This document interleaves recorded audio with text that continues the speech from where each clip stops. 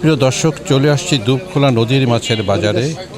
প্রিয় দর্শক, এটা হরিদাসের দোকান। কাকা, এই রুইটা কত বললে? এটা বলছি 500। 500। আর এটা 300 বলছি। 300, হ্যাঁ। আর চিতলটা 800 টাকা। হ্যাঁ, 800। কাকা, এই গুড়া পুঁটি কত? গুড়াপুরি 600 টাকা করে রাখা যাবে, একদম 500। আর চিংড়ি কেমন দাম? 800। 800 টাকা।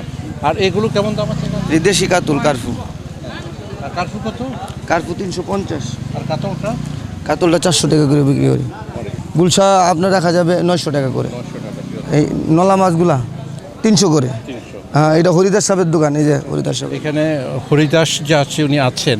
দাদা আছেন কেমন? ভালো আছে তো। মোটামুটি বেশ সুন্দর মাছ রাখলে নিজের পর তো সেই হিসাবে কাস্টমার কম। এবং এখানে বড় চিতল দেখছি, তারপর পাবদা আছে, তারপর রুই মাছ আছে। প্রিয় দর্শক, চৌয়া চাচ্ছে 1000 টাকা, একটু কমাই লন। পদ্মার লাল চৌয়া। আচ্ছা, মোটা দিয়ে আধা কেজি 400 টাকা রাখেন। 800 করে, 800 টাকা কেজি বিক্রি করলেন লাল চৌয়া। ফলি 800, এটা 2.5 বিলের ফলি।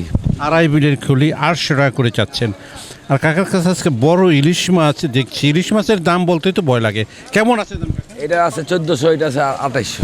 1400 টাকা কেজি, আর 2800, 800 থেকে 900 গ্রাম। প্রিয় দর্শক, বেশ সুন্দর ইলিশ। কাকা, একটা ইলিশকে একটু ধরা যাবে? দেখেন কেমন চড়া, তেমন ঘাড়ও মোটা, সুন্দর ইলিশ, মাওয়ার ইলিশ।